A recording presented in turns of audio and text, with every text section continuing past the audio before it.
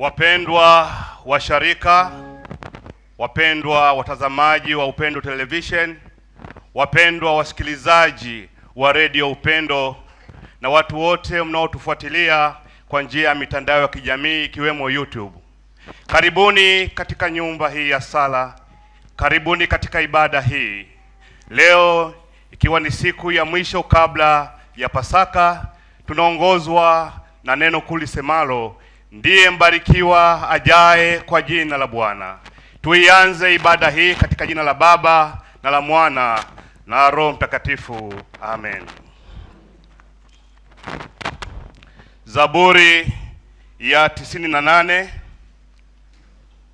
Zaburi ya 98, mstari ule wa kwanza hadi mstari ule wa 4.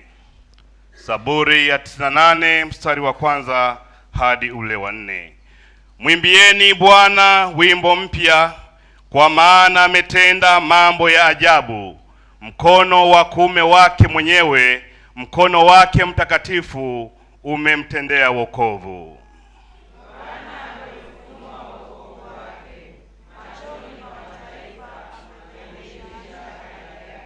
Amezikumbuka rehema zake na uaminifu wake kwa nyumba ya Israeli. Miisho yote ya dunia imeuona wokovu wa Mungu wetu. Shangilieni Bwana nchi yote, inueni sauti, imbeni kwa furaha, imbeni zaburi. Amen. Wapendwa washarika, tuketi.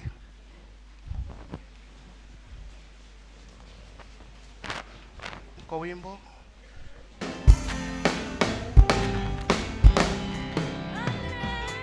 Hallelujah.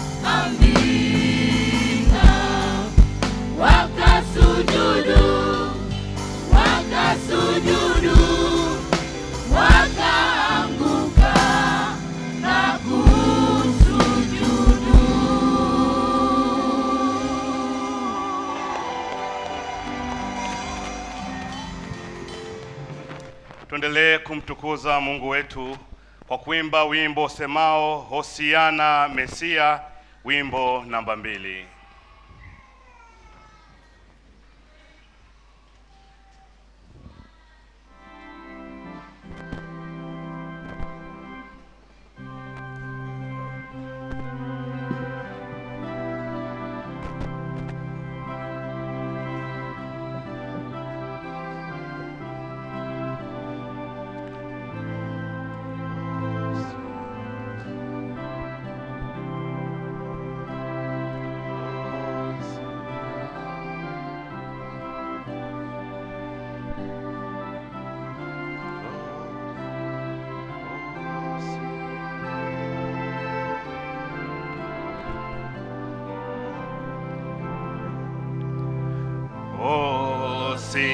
Hosiana Mesia, aingia mjini kwake, fagieni popote, zipambeni njia zote, tandikeni maua, aingie kwa shangwe.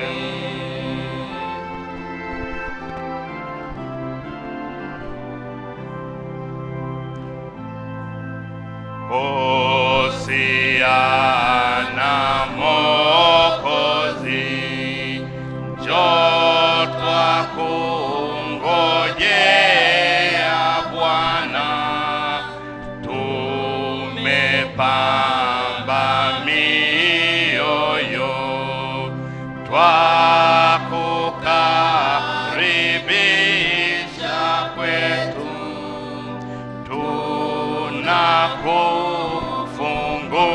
tunakufungulia milango ya mioyo.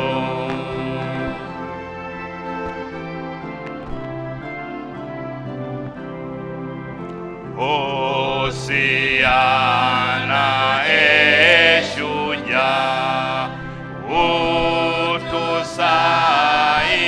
utusaidie sisi, tuwe wako kwa kweli,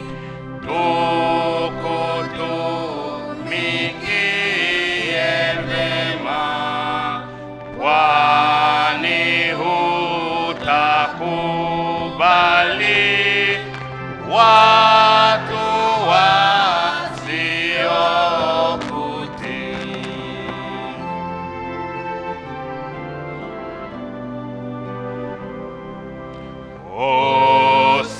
Hosiana mfalme mkuu, uingie kwetu ima, uliyebarikiwa, uingie mlango wetu. Hosiana karibu, Bwana njoo, haleluya.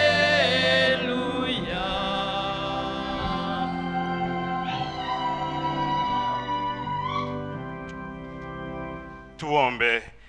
Bwana muumba, mkombozi na mfariji wetu, tunapokusanyika kukuabudu katika roho na kweli, twakuomba kwa unyenyekevu ufungue mioyo yetu ili iweze kupokea mahubiri ya neno lako, ili tuweze kutubu dhambi zetu, kuamini katika Yesu Kristo kama Mwokozi wetu wa pekee, na tupate kukua katika neema na utakatifu. Utusikie kwa ajili yake. Amen.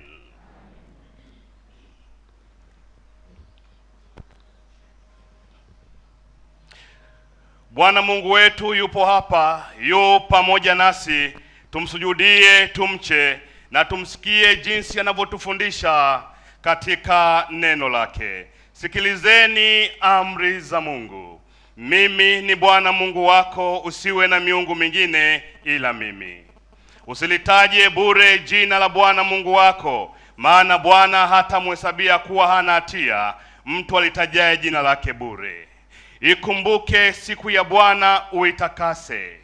Waheshimu baba yako na mama yako. Usiue, usizini, usiibe, usimshuhudie jirani yako uongo, usitamani nyumba jirani yako, usimtamani mke wa jirani yako, wala mtumishi wake, wala ng'ombe wake, wala chochote alicho nacho. Msaada wetu ni katika jina la Bwana. Wapendwa katika Bwana, tumekusanyika mbele ya uso wa Mungu kumtukuza kwa ajili ya neema yake na uaminifu wake, kusikia neno lake takatifu na kuomba auishe roho na miili yetu, kwa kuwa Mungu ni mtakatifu na sisi tu wenye dhambi. Hivyo basi tumuungamie Mungu dhambi zetu katika roho ya toba na imani, tukimwomba msamaha wa dhambi, tukitumia ungamo lile la kwanza. Tuungame tukisema: Mungu Mwenyezi, Baba wa rehema, mimi ni maskini na dhaifu na kuzaliwa katika hali ya dhambi, na ungama mbele zako dhambi zangu zote nilizozifanya kwa kuwaza, kwa kunena na kwa kutenda. Nimekukasirisha mara kwa mara, nikastahili adhabu yako hapa duniani na hata milele. Lakini nazijutia dhambi zangu na kutubu kweli, na kusihi kwa rehema yako iliyokuu unihurumie na kuniokoa. Mimi ni maskini na Ee Bwana, unisamehe dhambi zangu zote, unipe nguvu ya Roho Mtakatifu wako, nishike mwenendo mpya. Amen. Wapendwa, ungamo hili likiwa ni la kweli na mkitaka kwa moyo wote msamaha wa dhambi kwa ajili ya Yesu Kristo, basi kwa nguvu ya neno lake na kwa agizo la Bwana wetu Yesu Kristo, ninawatangazia kuwa Mungu kwa neema yake ametusamehe dhambi zetu zote, katika jina la Baba na la Mwana na Roho Mtakatifu. Amen. Mungu amenihurumia, tendo hili kubwa sana, sikustahili jambo hili, nimelipata bure. Sasa najua haya yote, sasa najua haya yote, nasefo nafsi zetu zinamngoja Bwana. Yeye ndiye msaada wetu na ngao yetu, kama ilivyokuwa mwanzo, na iwe sasa na siku zote, na hata milele na milele. Amen. Kwa jina la Yesu kila goti lipigwe, kwani Yesu alikuwa mtini hata mauti, na mauti ya msalaba. Bwana, tunakuomba amani ya ulimwengu wote na umoja wa kanisa la Mungu.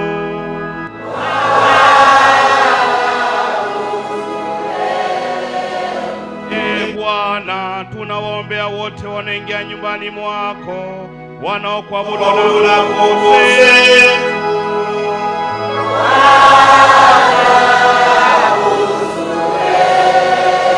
Ee Mungu, utusaidie, utuokoe, uturumie na kutuhifadhi kwa neema yako.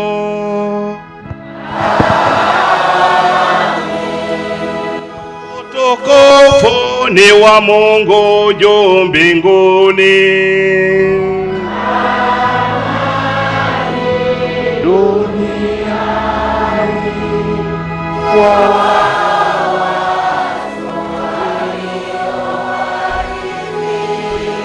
Wimbo namba 1, Hosiana Mesia.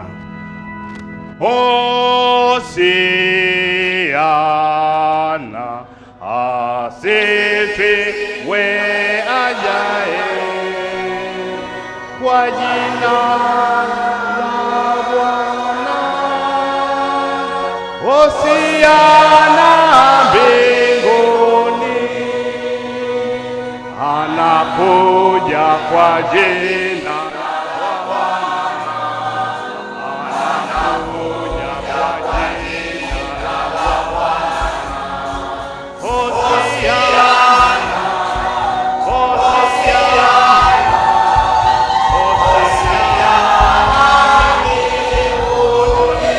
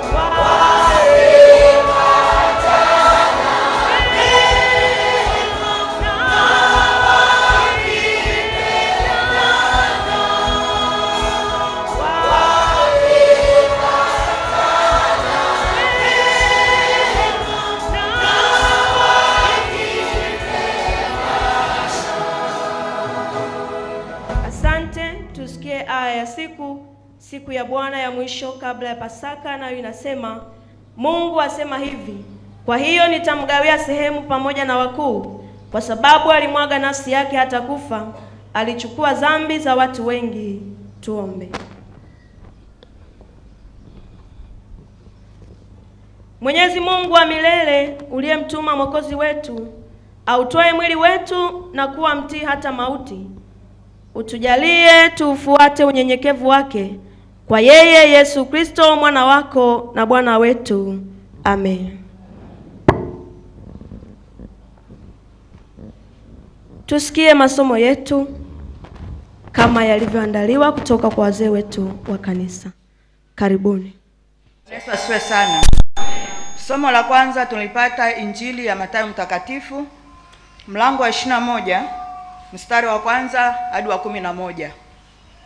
Mathayo mtakatifu mlango wa 21 mstari wa kwanza hadi wa 11.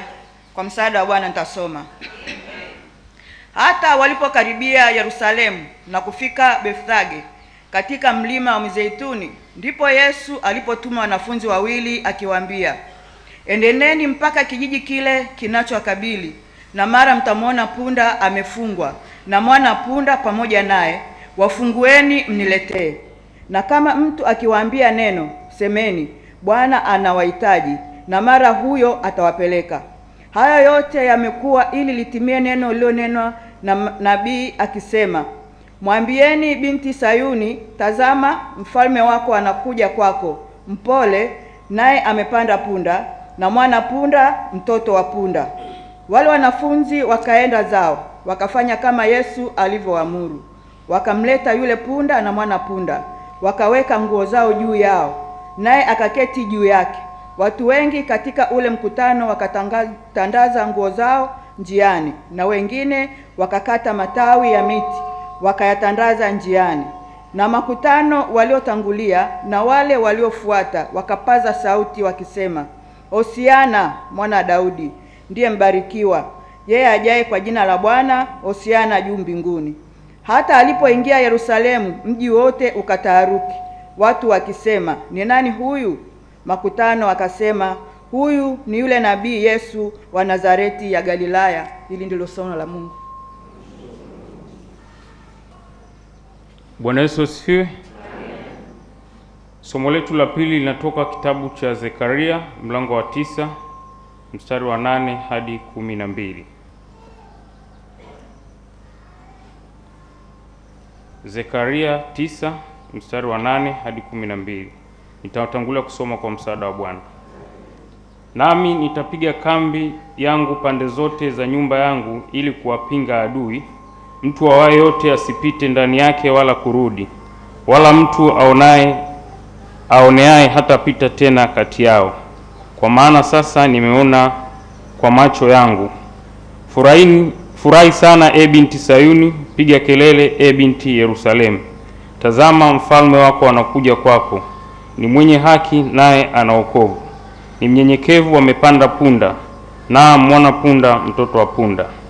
Na gari la vita nitaliondoa liwe mbali na Efraimu, na farasi awe mbali na Yerusalemu. Na upinde wa vita utaondolewa mbali, naye atawahubiri mataifa yote habari za amani. Na mamlaka yake yatakuwa toka bahari hata bahari, na toka mto hata miisho ya dunia.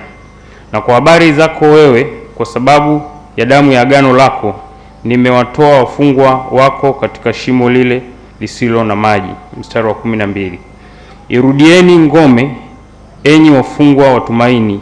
Hata hivi leo nasema ya kwamba nitakurudishia maradufu. Na hilo ndio neno la Bwana. Neno la Mungu ni taa na mwanga wa njia zetu, litumulikie popote tunapokwenda. Amen.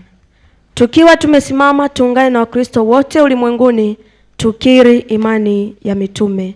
Na muamini Mwenyezi yote, Mungu wa mbingu na nchi, na mwamini Yesu Kristo, mwana wake wa pekee, Bwana wetu, aliyechukuliwa mimba kwa uwezo wa Roho Mtakatifu, akazaliwa na Bikira Maria, akabatizwa na maji, akasulubiwa, akafa, akazikwa, akashuka kuzimu, siku ya tatu akafufuka kutoka kwa wafu, akakaa mbinguni, ameketi mkono wa kuume wa Mungu Baba Mwenyezi. Mungu atakuja kuhukumu walio hai na wafu. Na mwamini Roho Mtakatifu, kanisa takatifu la Kristo, mwili mmoja, ushirika wa watakatifu, ondoleo la dhambi, kufufuka kwa miili na uzima wa milele. Washarika tukae.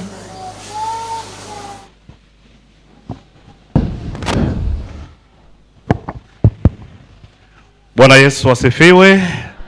Bwana asifiwe. Nikaribishe kwaya ya uinjilisti. Karibuni, mtukuze Mungu. Tukufuni wake Bwana, sifa kwa Bwana na utukufu, zisifuni rehema zake. Imbeni nyote, shangilieni, utukufuni wake Bwana.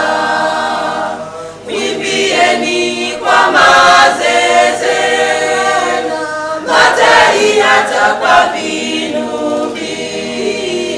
Ndiye mwenye ukuu wote, Bwana wetu apewe sifa. Mwimbieni kwa mazeze, matai hata kwa vinubi. Ndiye mwenye ukuu wote, Bwana wetu apewe sifa.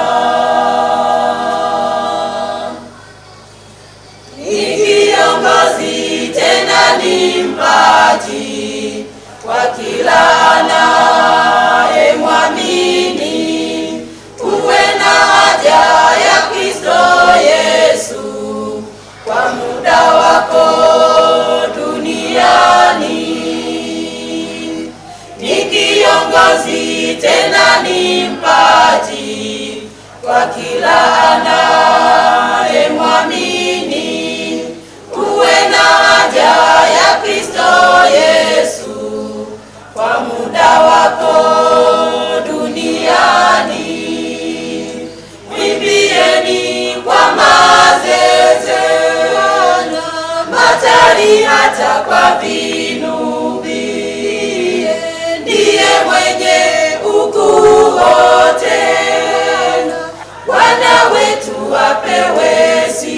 sifa. Mwimbieni kwa mazeze, matari hata kwa vinubi. Ndiye mwenye ukuu wote, Bwana wetu apewe sifa. Mwimbieni kwa mazeze, matari hata kwa vinubi. Ndiye mwenye ukuu wote, Bwana wetu apewe sifa.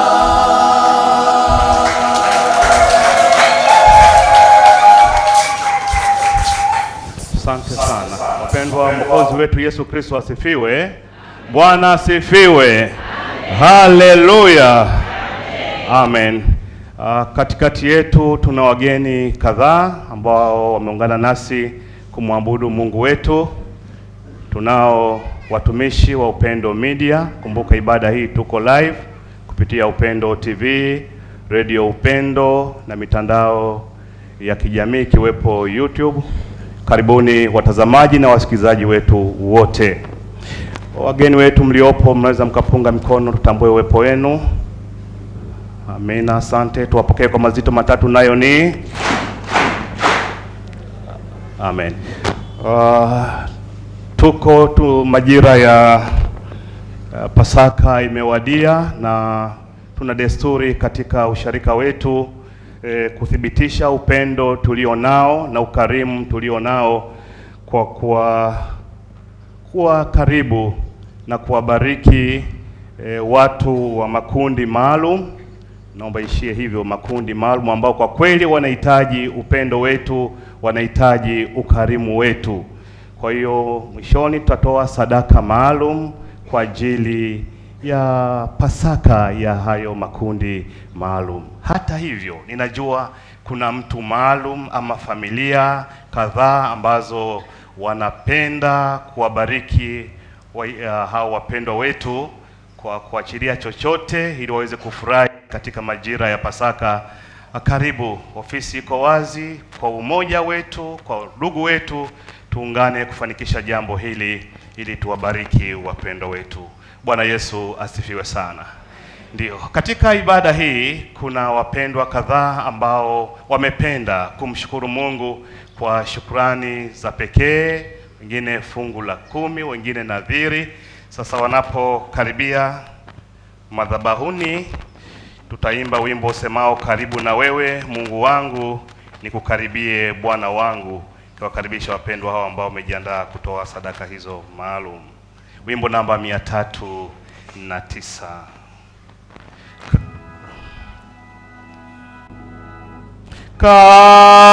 Karibu na wewe Mungu wangu,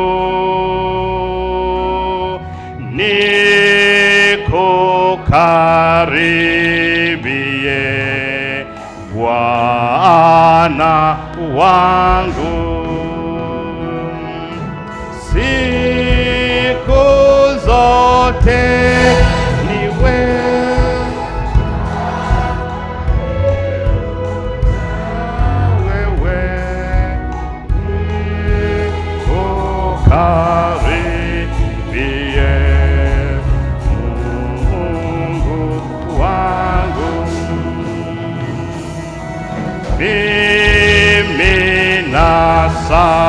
safiri duniani,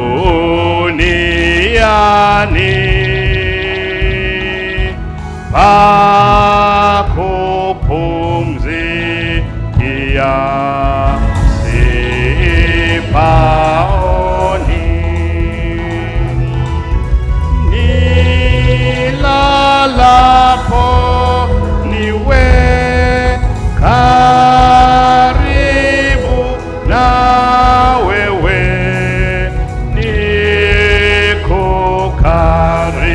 nikukaribie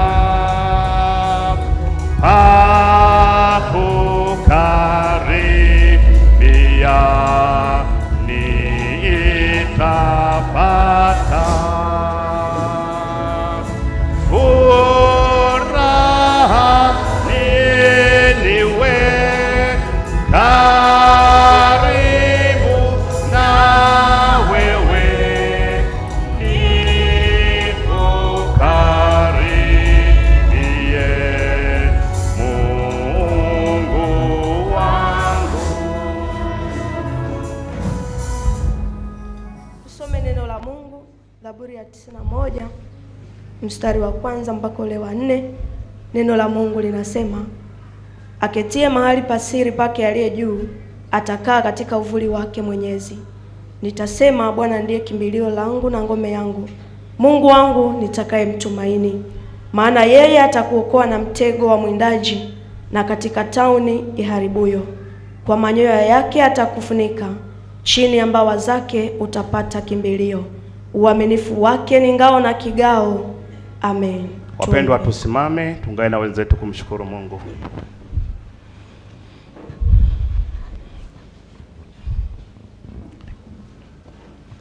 Baba mwema, katika jina lako Kristo wa Nazareti uliye hai, asante Mungu kwa ajili ya saa na wakati una majira haya ambao umetupa tena mbele zako. Watoto wako wamesogea mbele ya madhabahu kwa ajili ya kukushukuru, kwa ajili ya shukrani mbalimbali ambazo wameguswa kwazo kusogea mbele ya madhabahu yako. Wanakushukuru kwa ajili ya mema mengi ambayo umetenda katikati ya maisha yao. Wewe ni mwaminifu, umetenda, na kwa sababu wewe ni tumaini, ndio maana kila mmoja anayo sababu ya kukushukuru. Hata sasa Bwana, wewe ni Ebeneza katika maisha ya watoto wako. Wapo wanaoshukuru kwa ajili ya sababu mbalimbali mbele zako. Wako ambao wananaziri fungu la 10 na shukrani za siri ambazo Mungu wasingependa hata mwingine ajue, lakini wewe uketie mahali pasiri. Ninawaleta mbele zako watoto wako, Bwana, kwa mguso wa kipekee ukapate kuwagusa, ukajidhihirisha katikati ya maisha yao, ukatamalaki katikati ya maisha yao, ukapokee sadaka yao mbele ya mioyo yao. Yesu Kristo, ikawe harufu ya manukato, ikalete utukufu. Mguso wako wa kipekee ukaguse mioyo yao, ukapokee mioyo hii iliyonyenyekea mbele zako, maana umesema sadaka zetu zilipo ndipo na mioyo.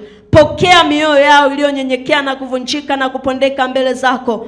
Yesu Kristo, ukapokea maisha yao ya kiroho na ya kimwili, ukawaguse tena, na zile ahadi zako ambazo ni za kweli ukadhihirishe katika maisha yao. Ukakemee waharibifu, tauni ziharibuzo, katika jina la Yesu. Ukawaokoe na mitego ya adui kwa mamlaka ya damu yako. Sadaka hizo zikawe ulinzi na neema katika maisha yao. Yesu Kristo wa Nazareti uliye hai, hata waliopita katika huzuni bado uliwapa faraja, bado uliwatia nguvu, bado uliwashika kwa mkono wako wenye nguvu. Ndio maana kila mmoja anao sababu ya kusogea mbele zako. Yesu Kristo, kila mtu ana haja na ana mzigo na ana siri, na wewe Yesu tamalaki, ukajidhihirishe saa na wakati huu, ukajifunue kwa kila mmoja kwa utukufu wako. Yesu Kristo, tamalaki Bwana, wako ambao wameelekeza mioyo yao saa hii wakiwa katika maeneo mbalimbali kwa kusikiliza redio, lakini kwa kutazama. Mungu, neema yako ikawatembelee saa hii katika damu ya Yesu Kristo wa Nazareti. Kwa imani ile ya kukutumaini na kukutazama wewe, acha ukajidhihirishe saa na wakati huu, kaskazini na mashariki, watoto wako wanapokusikiliza na kukuamini. Ukatende kwa utukufu wako tangu sasa na hata milele. Amen. Wapendwa, tuketi. Pokeeni baraka za Mungu. Bwana akubariki, akulinde. Bwana akuangazie nuru za uso wake, akufadhili. Bwana akuinulie uso wake, akupe amani. Katika jina la Baba na la Mwana na Roho Mtakatifu. Amen. Asante sana Yesu, asante sana Yesu, asante sana Yesu moyoni. Asante sana Yesu, asante sana Yesu, asante sana moyoni. Amani tunapata, amani tunapata. Kwa nyuma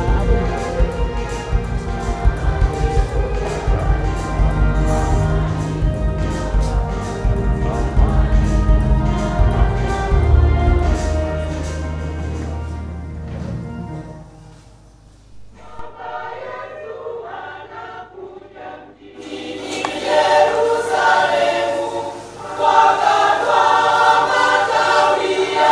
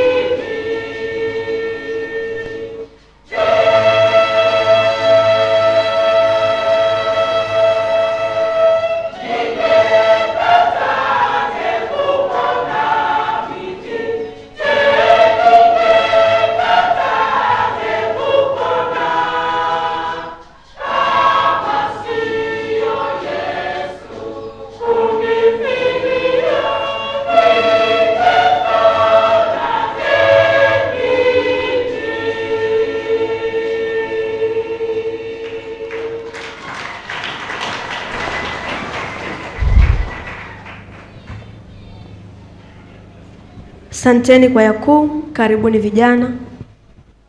Karibuni vijana, tumsifu Mungu. Msalaba ndio asili ya mema, nitatua mzigo hapo, nina uzima, furaha daima, Joni kafurahini papo. Msalaba, msalaba ndio asili, itatua mzigo, ina uzima, furaha daima, Joni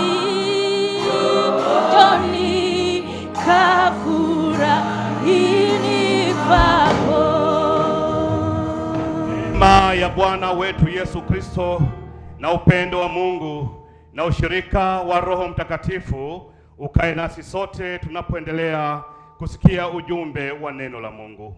Kama tulivyosikia, ujumbe wa neno la mahubiri ni kutoka kitabu cha nabii Zekaria sura ile ya 9 mstari wa 8 hadi mstari ule wa 12. Ninasoma tena katika jina la Yesu Kristo Mwokozi wetu. Nami nitapiga kambi yangu pande zote za nyumba yangu ili kuwapinga adui.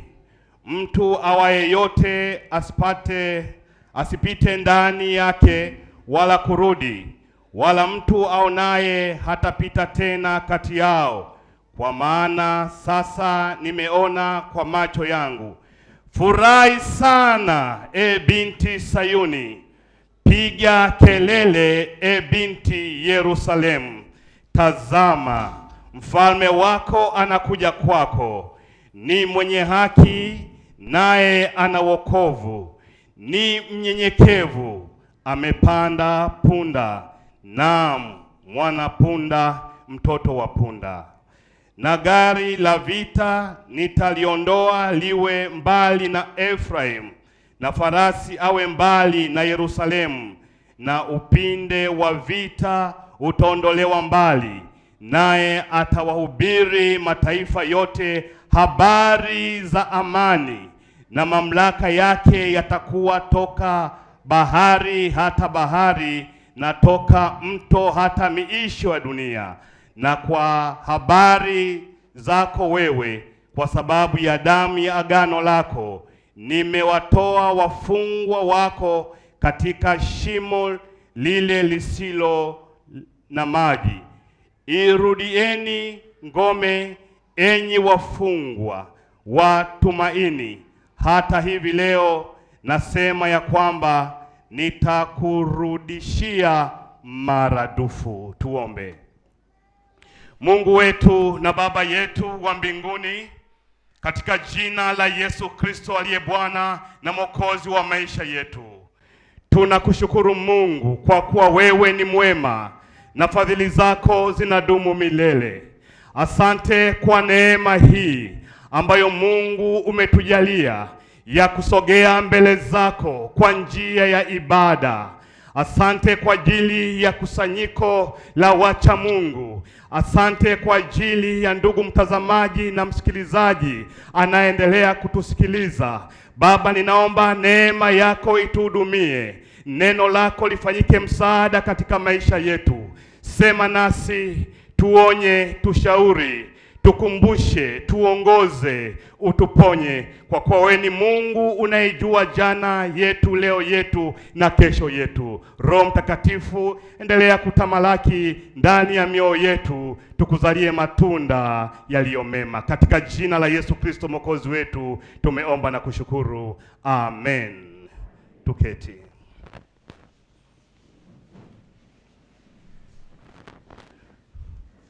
Wapendwa, Bwana Yesu asifiwe. Bwana asifiwe.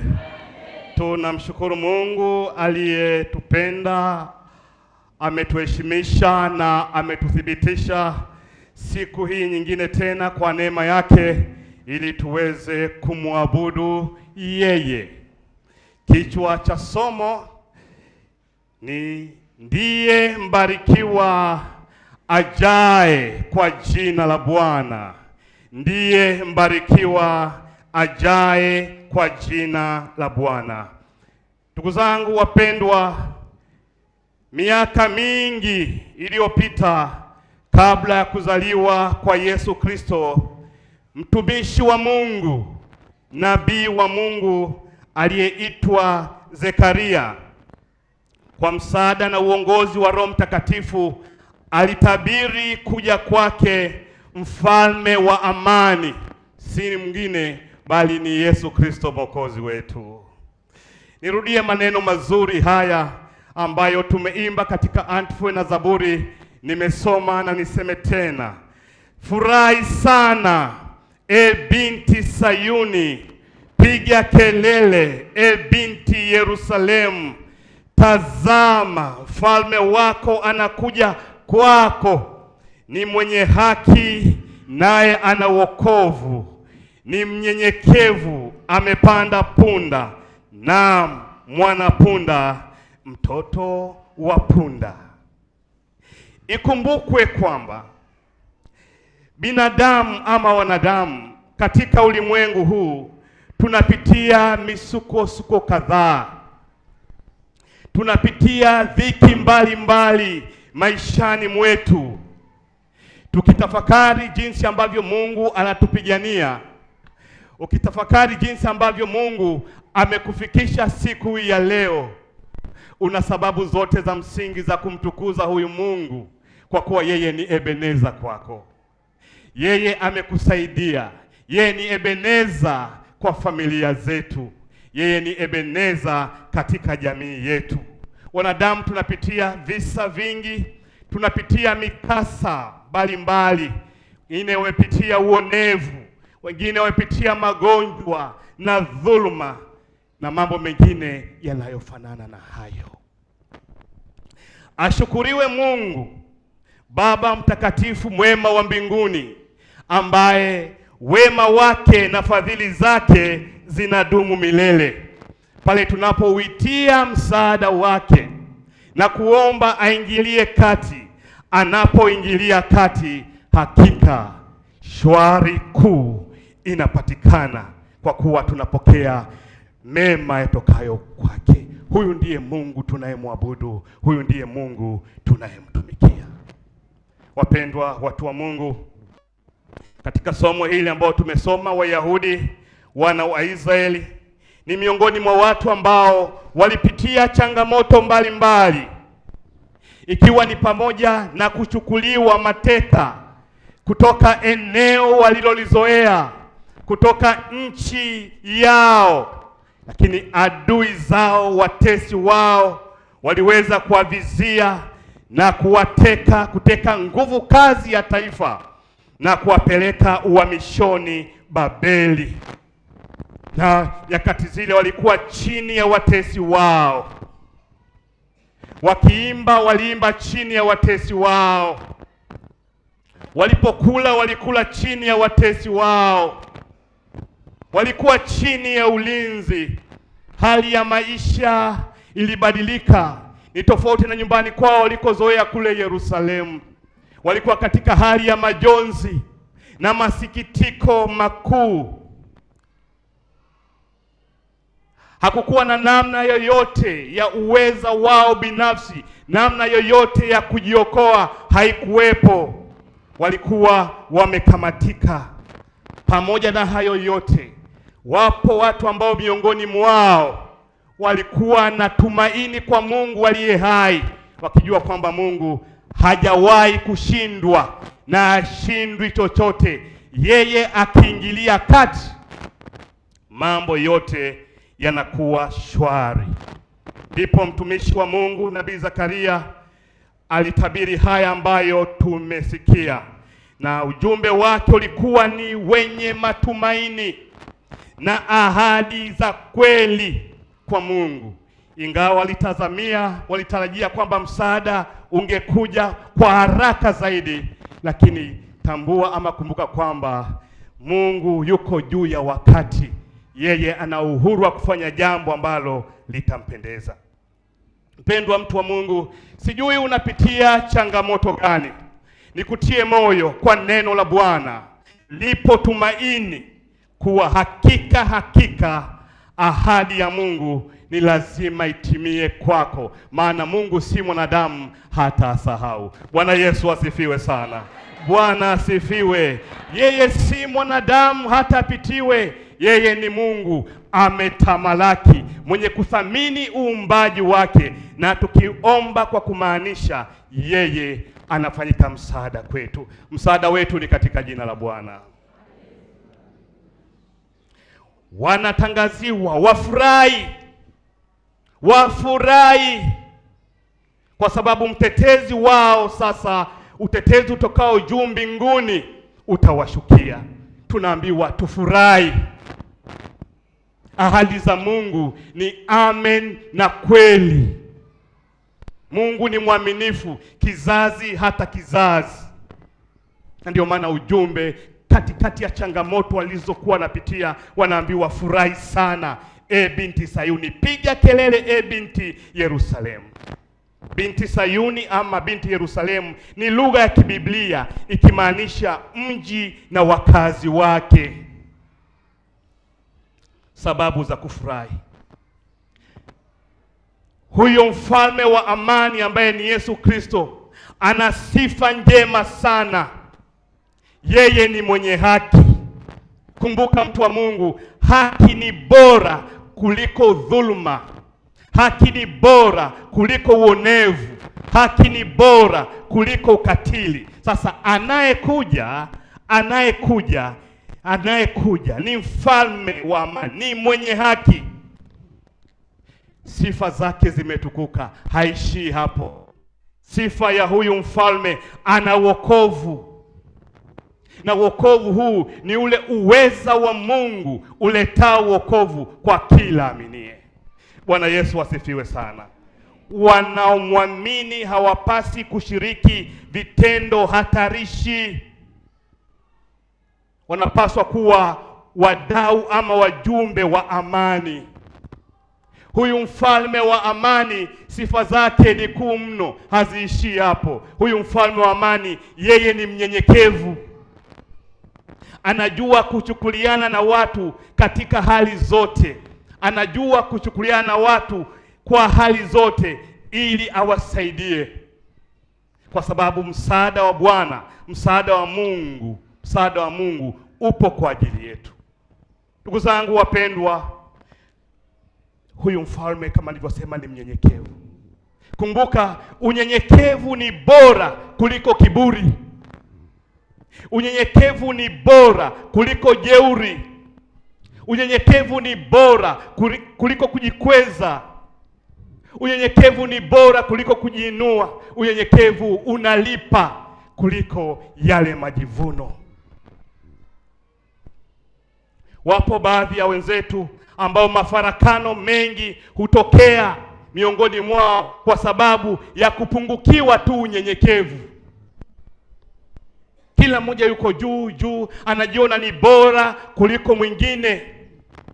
Nikukumbushe mtu wa Mungu kwamba unyenyekevu sio unyonge. Mnyenyekevu hujiweka chini ya utawala wa Mungu. Ni mcha Mungu kweli. Nazungumzia unyenyekevu sio wa mila na desturi za kwetu. Nazungumzia unyenyekevu ambao Mungu anatujalia, ambao unaumbika ndani ya muamini, ndani ya mtu. Sio unyonge, una sifa yake. Mtu aliye mnyenyekevu huwatambua watu wengine. Mtu aliye mnyenyekevu hutambua thamani ya watu wengine. Ndio, ana utu, anajali. Mtu mnyenyekevu anawaheshimu watu wengine jinsi walivyo. Unyenyekevu sifa yake haishii hapo. Mnyenyekevu huwasaidia watu wengi. Hana tabia ya kushindana na watu. Mnyenyekevu sio mtu wa shari, ni mjumbe wa amani. Hebu jiulize, kiwango cha unyenyekevu unaozungumziwa kwenye Biblia unacho? Hapo unahitaji kumsihi Roho Mtakatifu aumbe unyenyekevu ndani yako, kwa sababu Mwokozi huyu yeye ni mnyenyekevu na alishuka ili afanyike msaada kwetu. Bwana Yesu asifiwe sana. Unyenyekevu, sifa unyenyekevu haishii hapo. Mnyenyekevu hujua mipaka yake. Wanyenyekevu hujua mipaka yao, hawanii makuu.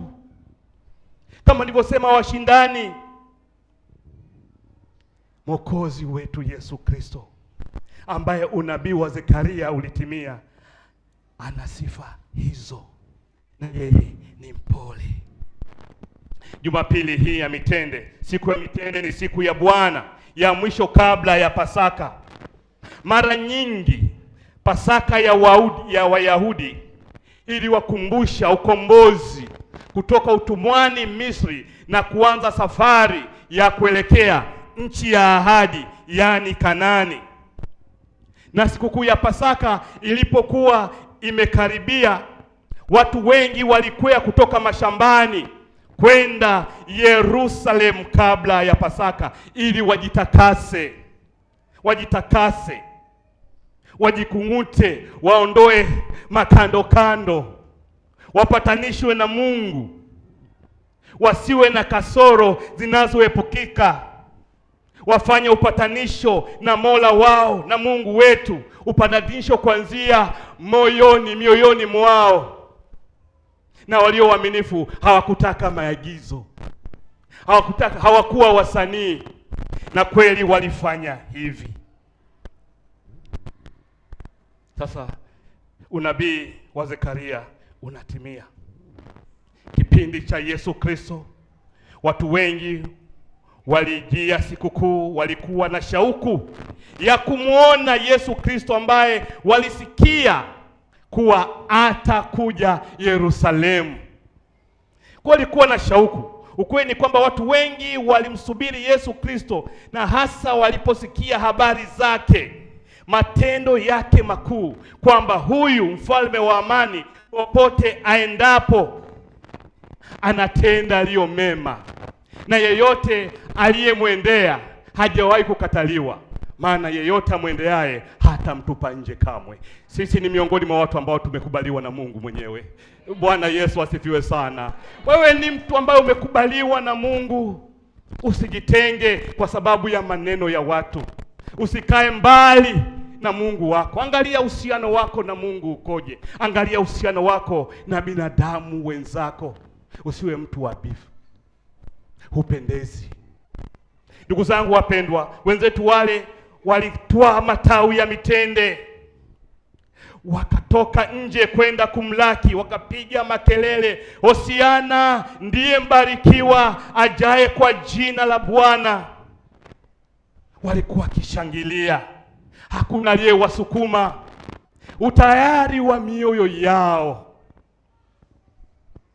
Walikuwa naona wiwa kufanya hivyo, kwa sababu walikuwa na sababu za msingi za kumshangilia Mungu, kumshangilia Masihi. Wale waliomwamini Mwokozi, waliosikia habari njema, masikini kwa matajiri, watoto kwa vijana, watu wazima kwa wazee, walikumbuka jinsi Mwokozi alipofanya matendo aliyo mema. Aliwaponya watu mbalimbali, hata wale waliotengwa na kunyanyapaliwa na jamii, katika jamii, kama vile wakoma. Tunashuhuda kede katika Biblia. Walipomwendea Yesu, Yesu aliwatakasa, aliwaponya. Wapo ambao waliwekwa huru kutoka katika vifungo mbalimbali, walikuwa mstari wa mbele kushangilia. Wapo waliowekwa huru kutoka katika vifungo vya giza. Wapo waliokuwa vilema, wakanenewa mabaya kwamba watakuwa walemavu mpaka kufa, lakini Mwokozi alipoingilia kati, viwete walitembea. wapo waliokuwa wagonjwa, magonjwa sugu. Mwokozi katika huduma yake aliweza kuwaponya wote waliomwendea, walioamini. Wapo waliohubiriwa na kufundishwa habari njema ya wokovu, habari njema ya msamaha utokao kwa Mungu. Walihudumiwa kwa viwango vya kimbingu. Hakika Yesu ni mjumbe wa amani na ni mfalme wa amani hata hivi leo. Shuhuda zake tunaposhuhudiwa zinasisimua. Aliwaweka huru waliosetwa na hata waliokufa. Mfano Lazaro, walifufuliwa, kwamba yeye yuko juu, ana nguvu zaidi kuliko mauti, na ndiye aliyesema atautoa uhai wake na tena atautoa tena, na siku ya tatu atafufuka. Huyu ndiye Mwokozi wa wote wenye mwili. Bwana Yesu asifiwe sana. Bwana asifiwe. Ndio, hata wale waliotengwa na kuhukumiwa kwamba wafai, makahaba, walipomwendea Yesu, Yesu hakuwahukumu. Walitubu, na toba ni uamuzi wa mtu kujutia dhambi zake na kutaka kurekebisha pale alipokosea na kujenga uhusiano mzuri na Mungu na wanadamu wenzake. Nao walikuwepo, walikuwa wakimshangilia Masihi ambaye alitumia usafiri wa punda, na usafiri wa punda wakati ule ni usafiri wa amani, na kwa alidhihirishwa kwamba yeye ni mfalme wa amani. Amani inaonekana kuwa bidhaa hadimu. Tumesikia katika dunia yetu watu wanachukiana kiasi cha kutaka kuuana. Wapo wanaosingiziana, wenye kusema uongo bila aibu. Ipo migogoro maeneo ya kazi, katika familia zetu. Mungu atusaidie sana. Kwake lipo jibu sahihi, kwake upo ufumbuzi. Ndugu zangu wapendwa, wapo waliokerwa hawakutaka zile sifa zimwendee Mungu, zimwendee Mwokozi. Walijaribu kuwanyamazisha watu kwamba nyamazeni. Bwana akawaambia kwamba wakinyamaza hawa, mawe yatapiga kelele, si watachanganyikiwa zaidi?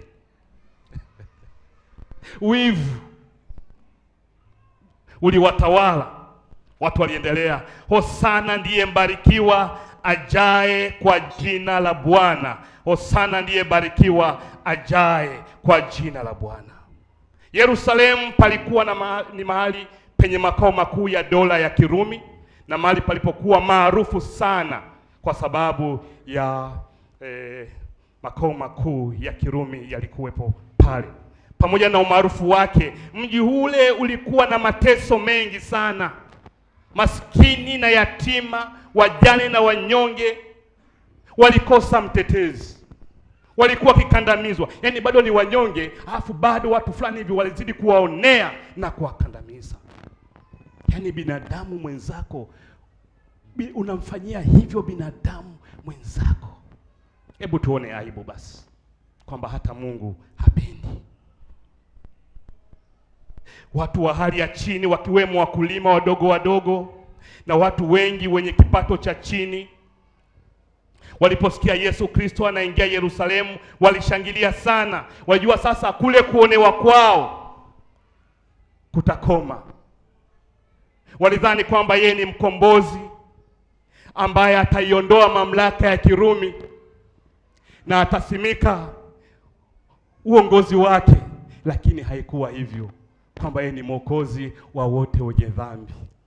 Yeye ni mwokozi wa wote wenye dhambi. Hakuwa kiongozi wa kisiasa, alikuwa kiongozi, na hata sasa ni mwokozi katika maisha ya kiroho, na kuna nyakati anatutetea kwa habari ya mahitaji ya mwilini. Bwana Yesu asifiwe sana. Bwana asifiwe sana. Ndugu zangu wapendwa, kwake uko msaada. Upo msaada.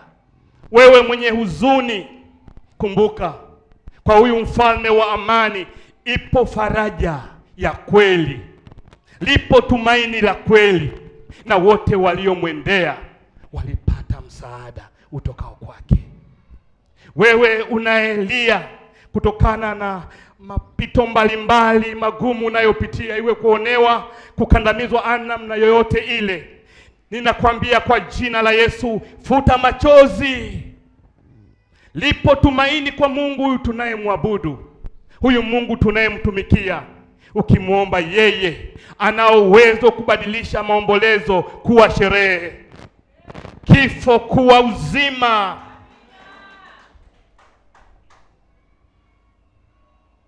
Yeye ana uwezo wa kuuisha vile vilivyonyauka. Yeye ana uwezo wa kupigania kile ulichopoteza kupokea tena. Yeye ana uwezo wa kuponya. Yeye ana uwezo yale aliyosambaratika na kutawanyika. Yeye ana uwezo wa kukupa neema ya kukusanya tena na kuwa na akiba, kwa kuwa akiba ni mkombozi katika maisha haya. Ni nidhamu tu. Ndio maana tunakiri ya kwamba hakika msaada wetu ni katika jina la Bwana. Jina la Bwana. Bwana Yesu asifiwe sana. Haleluya. Haya, wale waliodhani kwamba Yesu alikuwa kiongozi ama mfalme wa kisiasa wakashikwa na mshangao tena. Mbona anakwenda hekaluni? Alianzia katika nyumba ya sala. Kuna watu fulani waliasi, waligeuza nyumba ya sala liwe eneo la biashara mbalimbali zilikuwa zikiendelea pale. Bila shaka makuhani na Walawi walizidiwa nguvu kidogo na watu wenye ushawishi mkubwa, lakini Mwokozi aliingilia kati, akafanya matengenezo kama tunavyosikia, akarudisha heshima katika nyumba ya sala. Mpendwa mtu wa Mungu, heshima alipasala. Mungu hadhihakiwi, kile apandacho mtu ndicho atakachovuna. Tumeacha vyote, tumeacha vya thamani kwa muda, tuko mbele za Mungu kumwabudu Mungu. Wewe ni nani hata ulete mzaa katika ibada? Wewe ni nani? Bwana Yesu aliwakemea na aliwachapa kidogo, maana wengine ni wakaidi. Ukiwa mkaidi utakumbana na ghadhabu ya Mungu. Mungu atuponye na kutusaidia. Bwana asifiwe sana. Bwana asifiwe sana. Mpendwa mtu wa Mungu, haijalishi ni changamoto gani ambazo napitia maishani mwako, thibitisha imani yako kwa kumwelekea Bwana. Unapozisoma ahadi za Mungu maishani mwako, ebu tabasamu na ataimba kwa furaha na kwa uchangamfu. Ukiendelea kumtumaini Mungu, afanyike msaada kwa yale ambayo hakika unahitaji Mungu huyu aingilie kati.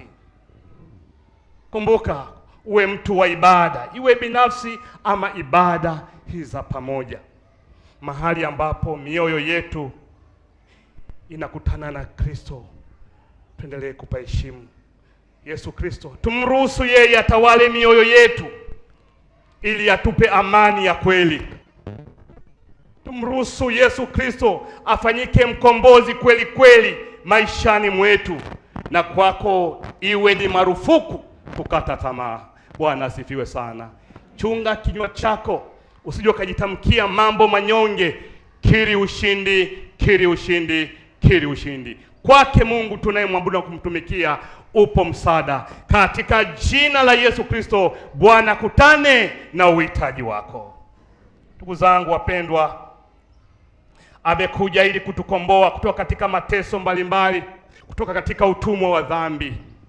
Ni tabia gani mbaya ambayo imekung'ang'ania hata leo inakusumbua? Yesu anajidhihirisha kwetu kwamba yeye ni mkombozi na ni Mwokozi. Ameleta tumaini na faraja kwa waliokata tamaa, kwa waliovunjika moyo. Amekuja kutuondoa katika huzuni na masikitiko. Narudia tena, pasipo kuchoka. Ametuletea amani na ushindi. Hivyo tuna sababu zote za kumshangilia yeye Mungu wetu anayetupenda, anayetupenda upeo. Ndugu zangu, wenzetu walishangilia kwa mitende. Kumbuka, mmea wa mtende una uwezo wa kumea na kuota na kustawi hata katika maeneo ambayo ni ya jangwa. Tende unastawi. ndivyo ambavyo mtu wa Mungu, mcha Mungu, unapaswa kuwa na tumaini imara. Kama nilivyosema, katika ulimwengu kuna changamoto nyingi sana, ila usikate tamaa mbele za Mungu. Uwe thabiti na imara katika imani, na imani na matendo yaliyo mema. Bwana Yesu asifiwe sana. Ona fahari kutenda matendo yaliyo mema. Wema ni akiba. Kitenda mema utavuna yaliyo mema, wewe na uzao wako. Na ubaya ni akiba. Ukitenda ubaya, usipotubu na kuuacha, utavuna mabaya, wewe na uzao wako. Yesu Kristo yuko tayari kutuhudumia na ana historia njema ya kutenda yaliyo mema. Akutendee katika jina lake Yesu Kristo, mwana wa Mungu aliye hai. Wakristo tunaadhimisha siku hii kwa kufanya maandamano, tukiwa tumeshika mitende, tukishangilia wema na matendo makuu ya Mungu. Na ndio maana kila ibada nimekuwa shuhuda, watu wanasogea mbele za Mungu kwa kutoa shukrani za pekee. Wanakumbuka matendo mema ambayo Mungu amewatendea. Tunasogea mbele za Mungu kutoa shukrani za wiki. Tunajua jinsi ambavyo Mungu ametutendea, kwa ulinzi wake, kwa wema wake, kwa fadhili zake. Wenzetu waliimba Hosiana, manake okoa sasa. Wokovu ni sasa, sio kesho, ni sasa. Hivyo mtu wa Mungu, kwa yale magumu ambayo unapitia ama ulipitia ama utapitia, kumbuka kumsihi Mwokozi kwamba Mwokozi Hosiana, yani okoa sasa. Amen. Bwana asifiwe. Ni lazima uwe na sababu za msingi za kumtukuza Mungu, na wote wenye sababu za msingi hatuachi ibada, kwa sababu tunajua kwamba Mungu wetu ni msaada wetu. Wakati ulifika, watu wanahitaji Mungu aingilie kati, na Mungu amefanya hivyo. Amewaheshimisha watu, wakikumbuka walikotoka, wanamtukuza Mungu kwamba jamani, mwacheni Mungu aitwe Mungu. Ndio pendwa mtazamaji na msikilizaji unayenisikia, sijui unapitia jambo gani lililogumu. Ninakutia moyo, endelea kumtumaini Mwokozi, endelea kumsihi Mwokozi aingilie kati changamoto ambazo unapitia. Kama ni uhaba wa imani, msihi Mwokozi akuongezee imani. Wapo waliopitia changamoto ngumu na nzito kuliko unazopitia wewe. Bwana aliwavusha salama. Sasa wamesheheni shuhuda kede zenye kutujenga, zenye kutufariji na kututia moyo. Huyo ndiye Mungu tunayemwabudu sisi. Bwana Yesu asifiwe sana. Namna gani na kwa namna gani tunampa Yesu Kristo nafasi ndani ya mioyo yetu? Sio siri, kwa ulimwengu wenye changamoto nyingi, tunahitaji wokovu wa Mungu katika jamii yetu. Tunahitaji msaada wa Mungu katika maeneo mengi maishani mwetu. Tunahitaji atuokoe katika vitendo, tutoe katika vitendo viovu. Tunahitaji msaada wake. Mungu atusaidie tuwe watu wa kuridhika, tuepukane na rushwa. Unahitaji msaada wa Mungu kuepukana na ufisadi. Unahitaji msaada wa Mungu. Hiyo tabia hailingani na hadhi yako. Hayo sio maisha ya shukrani ambayo Mungu anapenda uwe nayo. Kumbuka, uhai na uzima tulionao ni zawadi tokayo kwa Mungu. Kwa nini watu walie kwa ajili yako? Kwa nini watu waomboleze kwa ajili yako? Umepewa mamlaka ama wadhifa fulani, madaraka fulani. Hebu simamia mambo vizuri. Ujue hiyo nafasi umeipata kwa neema tu ya Mungu. Hebu simamia vizuri. Kwa nini ukwamishe maendeleo? Maendeleo yanashindwa kufika mahali fulani kwa sababu ya uzembe wako. Muogope Mungu. Mungu atusaidie sana. Mungu atusaidie sana. Ndugu zangu wapendwa katika Yesu Kristo, vigelegele, nderemo, vifijo vya Hosana ndiye mbarikiwa ajaye kwa jina la Bwana. Kama nilivyosema, ziko sababu Yesu alitenda aliyo mema na watu walimtukuza kwa hiari. Na wewe mtu wa Mungu, upatapo nafasi ya kutenda mema, watendee watu wote mema. Patapo nafasi ya kuwa mshauri, shauri vizuri. Upatapo nafasi ya kuwa kiongozi, ongoza vema kulingana na taratibu. Tuache chuki kwamba sasa nimepata nafasi hii watanikoma. Huo sio wajibu wa kiongozi. Ndio, angalia moyo wako. Wengine mioyo yao imejaa chuki. Wengine mioyo yao ina wivu kama wale Mafarisayo waliowaambia watu wanyamaze wasimtukuze Mungu. Bila shaka walikuwa wamevurugwa. Hawakuweza kuona ama kusikia hata mara moja jinsi ambavyo Mungu anatukuzwa kwa kiwango kile. Mungu ni wa kusifiwa tu usiku na mchana. Bwana asifiwe sana. Ndiyo, tuache uhasama, tuache uzushi, tuache uongo. Mambo haya mabaya yana madhara. Ndugu yangu mpendwa, dunia tumeikuta, dunia tutaiacha. Mungu tunayemwabudu ni Mungu wa milele, ni Mungu wa milele. Mwimba Zaburi, katika Zaburi ile ya 31 mstari ule wa kwanza, alijua Mungu ana sifa gani, maisha bila Mungu yanakuwaje. Akasema, nimekukimbilia wewe Bwana, nisiaibike milele, kwa haki yako uniponye. Mungu atusaidie sana, atusaidie na atuwezeshe kuyatenda yaliyo mapenzi yake. Tusimame tumshukuru Mungu.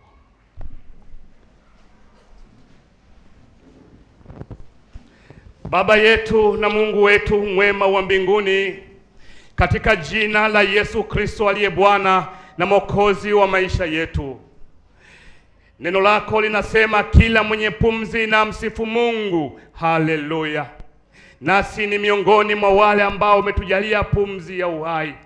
Tunakusihi Mungu, katika maisha yetu ya hapa ulimwenguni, tujalie tutambue heshima uliotupa na neema ambayo Bwana inatuhudumia katika maisha haya. Umetenda yaliyo mengi mema maishani mwetu. Tupe neema Mungu ya kuwa watu wenye shukrani.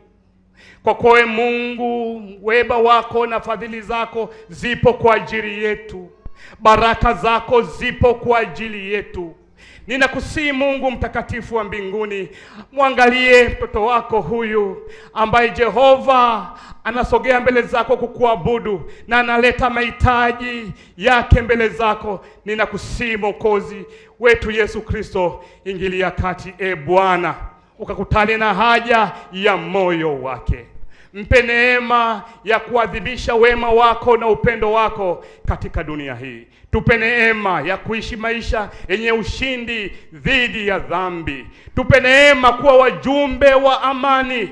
Tupe neema ya kuishi kwa amani na utulivu katika taifa letu. Tupe neema ya kupendana sisi kwa sisi. Tupe neema Bwana, utuwezeshe kuwa na umoja na mshikamano. Tujalie kuwa na neema ya kuwa na uzalendo katika taifa letu. Asante Mungu mtakatifu mwema wa mbinguni, kwa kuwa yote haya yanawezekana mbele zako. Tupe amani na utulivu kila tunaposogea mbele zako Mungu kukuabudu wewe, katika jina la Yesu. Asante kwa ibada hii na asante kwa neno lako la uzima. Amen.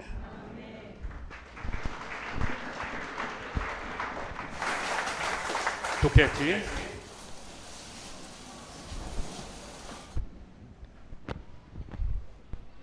Basi tutakwenda kumshukuru Mungu kwa sadaka zetu za shukrani ya wiki. Hembu shika sadaka yako pale uliposimama, tumwambie Mungu tuweze kutoa sadaka ya shukrani ya wiki. Tuombe. Tunakushukuru Mungu mwenye nguvu kwa ajili ya saa hii na wakati huu. Tunasema asante hata kwa ajili ya neno lako ambalo limepita katika masikio yetu. umetufundisha, umetuelekeza, umetujulisha nguvu iliyoko katika ushindi wetu. Tunakushukuru Mungu, maana hakika hata sasa wewe ni Ebeneza. Lakini wakati huu tunapokwenda kukushukuru kwa ajili ya shukrani zetu za wiki, tunasema asante Bwana, umetulinda katika juma zima. Umetupa tena neema ya kuingia hemani mwako. Mikononi mwetu tumebeba sadaka, tunaziambatanisha na mioyo yetu na maisha yetu ya kiroho na ya kimwili. Ukatupokee Bwana, mfalme mwema. Lakini sadaka hii zikaze baraka na ulinzi katika maisha yetu. Tunapokwenda kulianza juma lingine, neema yako itembee pamoja nasi. Yesu Kristo, ukawe mlinzi katika familia zetu, tutokapo na tuingiapo katika makazi yetu. Tunaomba ulinzi wako wa kimbingu. Sadaka hii ikaseme katika maisha yetu, ikafanyike ulinzi na ngao imara katika maisha yetu. Usitupite Mwokozi wetu, ikafanyike ulinzi na ikaseme kwa ajili ya watoto wetu wa kike na wa kiume, ndoa zetu, uchumi wetu, mipango na ratiba zetu za mwaka huu. Yesu Kristo, sadaka ikalete matunda ili neema yako ikazidi kufunuliwa kwetu. Lakini ukatupe neema ya kutembea na wewe katika juma hili takatifu tunaloliendea. Neema yako ikazidi kuwa nasi na kutufunika tunapouendea ufufuko wako. Yesu Kristo, ukajidhihirishe na matendo makuu yakaendelee kufunuliwa katika maisha yetu, maana ipo nguvu katika ufufuko wako. Tunakushukuru mfalme mwema. Pokea sifa hizi na jina lako likatukuzwe katika maisha ya kila mmoja tangu sasa na hata milele. Amen. Tukae. Karibuni kwaya ya uinjilisti. Tumsifu Mungu tena wakati tunakwenda kutoa sadaka hii ya shukrani ya wiki. Karibuni. Na yote Bwana wangu ni kwa ajili yetu, hivyo Mungu Baba yangu, twaomba upendo na amani duniani vitawale. Mungu wangu, Baba yangu, najua ulikufa, na yote Bwana wangu ni kwa ajili yetu, hivyo Mungu Baba yangu, twaomba upendo na amani duniani vitawale. Hata wanidharau, kamwe sitakuacha, najua hii dunia itapita. Hata waniteme mate, Baba sitakuacha, najua siku moja ninawe. Hata wanidharau, kama sitakuacha, najua hii dunia itapita. Hata waniteme mate, Baba sitakuacha, najua siku moja ninawe. Unijazapo upendo, nitaihubiri Injili kwa ujasiri. Baba twakusifu, safarini mwa mbinguni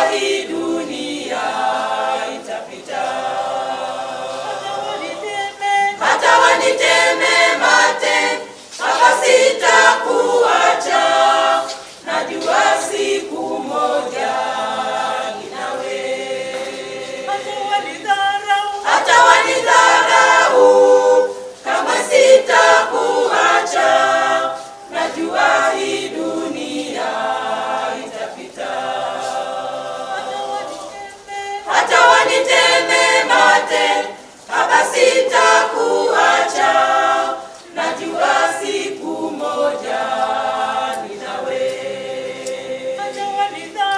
Hata wanidharau, kamwe sitakuacha, najua hii dunia itapita. Hata waniteme mate, Baba sitakuacha, najua siku moja ni nawe.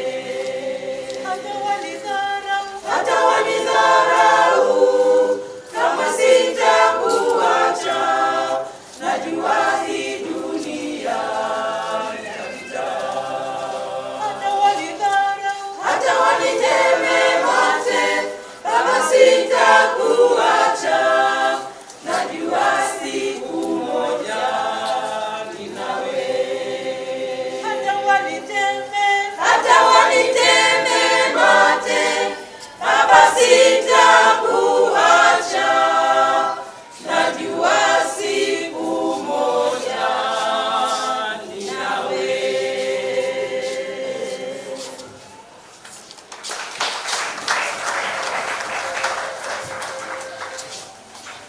Asanteni kwa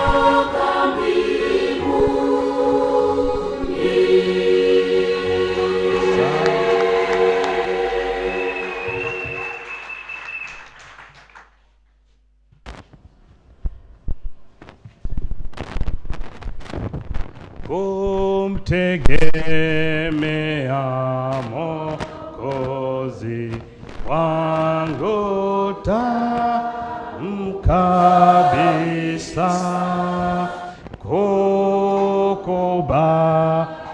neno lake, nina raha moyoni. Yesu namwamini, nimemwona thabiti.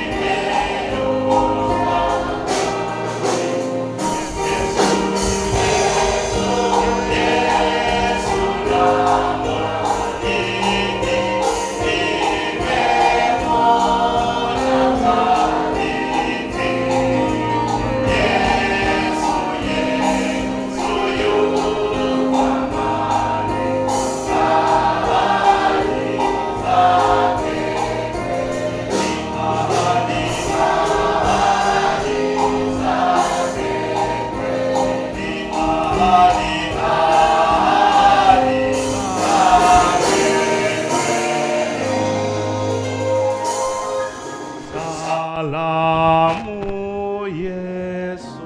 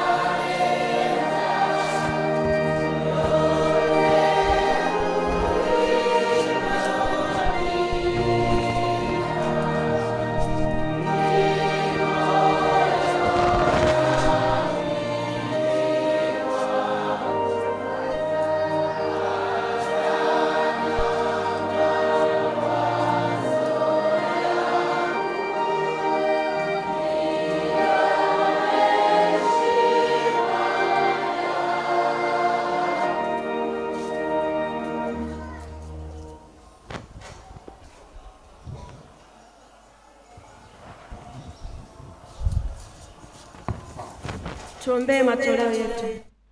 Mungu mwenye neema na rehema, umemtoa mwanao pekee Yesu Kristo afe kwa ajili ya dhambi zetu, ili tupate kuhesabiwa haki na kuwa washiriki wa Roho Mtakatifu.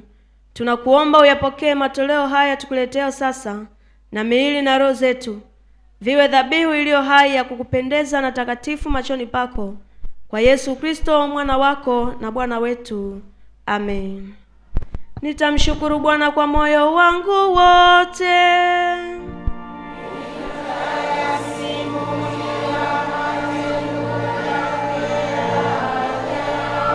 Nitafurahi na kukushangilia wewe.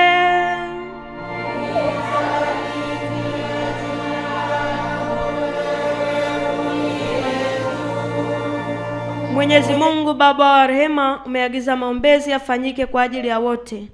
Twakuomba uliongoze kanisa lako takatifu ili lidumu na kukua katika umoja na ushuhuda wake. Ulimwenguni mote imani yetu izidi. Tunaiombea serikali yetu, ipe neema, ituongoze katika mema yote. Nchi iwe na amani, nasi tuishi katika amani na kuwa na mafanikio na kubarikiwa katika kazi zetu, tusipatwe na mabaya. Tunawaombea wote wenye shida mbalimbali, ugonjwa na taabu. Utujalie tufurahie utukufu wa ufalme wako mbinguni, pamoja na wote waliofariki katika Bwana.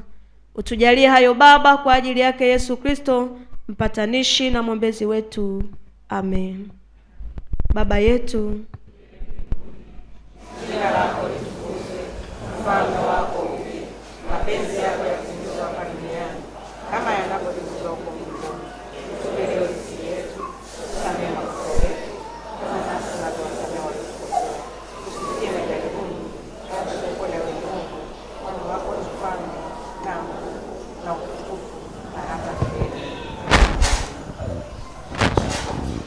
Bwana akae nanyi.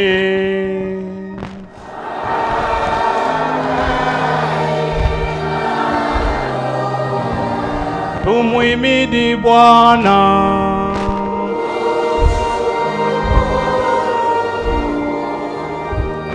Pokeni baraka za Mungu wote mnaomwamini na kumtegemea. Bwana akubariki, akulinde. Bwana akuangazie nuru za uso wake, akufadhili. Bwana akuinulie uso wake, akupe amani. Katika jina la Baba na la Mwana na la Roho Mtakatifu. Amen. Amen. Amen. Amen. Matendo yangu yoyote uyatengeneze Yesu, uniongoze popote nitakapo kuwa leo.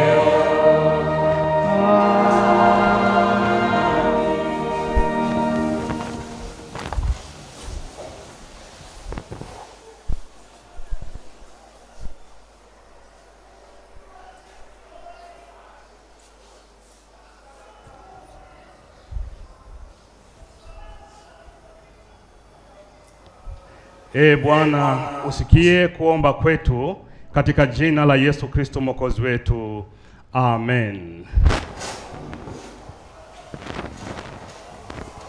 Mwokozi wetu Yesu Kristo asifiwe. Tunapenda kuwashukuru washarika wote ambao tumejaliwa kumwabudu Mungu siku hii ya leo. Napenda kuwashukuru watazamaji wetu kupitia Upendo Television kwa kuwa nasi katika ibada hii, wasikilizaji wetu kupitia Radio Upendo, nashukuru mmekuwa nasi, na wote ambao mlikuwa kifuatilia ibada hii kwa njia ya mitandao ya kijamii ikiwa ni pamoja na YouTube. Asanteni sana. Tunawatakia siku njema. Mungu awabariki katika kazi halali ya mikono yenu. Amen.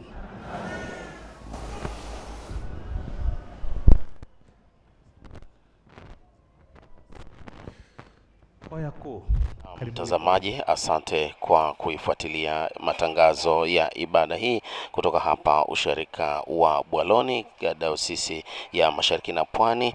Ibada ya Jumapili ambayo ni ibada ya mitende ambayo imeongozwa na mchungaji Henry Mwakifula. Kwa upande wa liturujia imeongozwa na Parishweka Agnes Leticia Mlingwana katika ibada hii ya siku hii ya leo tarehe 29 mwezi wa 3 mwaka 2026. Tukushukuru kwa pamoja nasi katika siku hii nzuri kabisa, Jumapili hii ambayo hakika ilikuwa ibada hii tukielekea katika sikukuu ya Pasaka. Tuna kila sababu ya kumshukuru Mungu. Naam, jina langu ni Obedi Kikao ambao nimekuletea matangazo haya ya moja kwa moja nikishirikiana na wenzangu.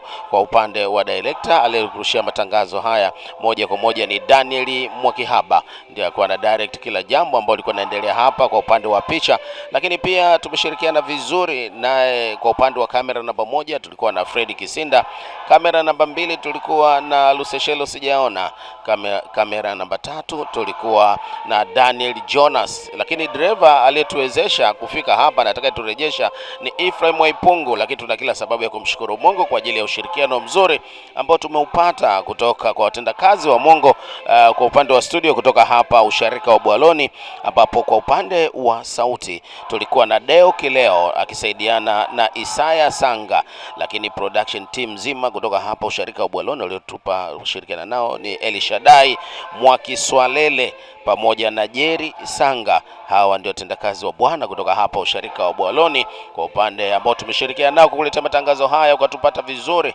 kupitia Upendo TV, lakini pia kupitia Upendo FM Radio na kupitia YouTube ya Upendo Media, lakini pia utaipata vizuri YouTube ya Bwaloni KKKT. Pia unaweza kufuatilia matangazo haya. Studio kwa upande wa Upendo TV yuko Messi Maim, lakini kwa upande wa Upendo FM Radio yuko John Pazia, ambao ndio waliotuunganisha na tunarejesha matangazo haya upande wao kuweza kuendelea na vipindi vingine vinavyoendelea kutoka katika studio zetu. Mungu akubariki, nikutakie Jumapili njema ya mitende na Mungu aendelee kukulinda.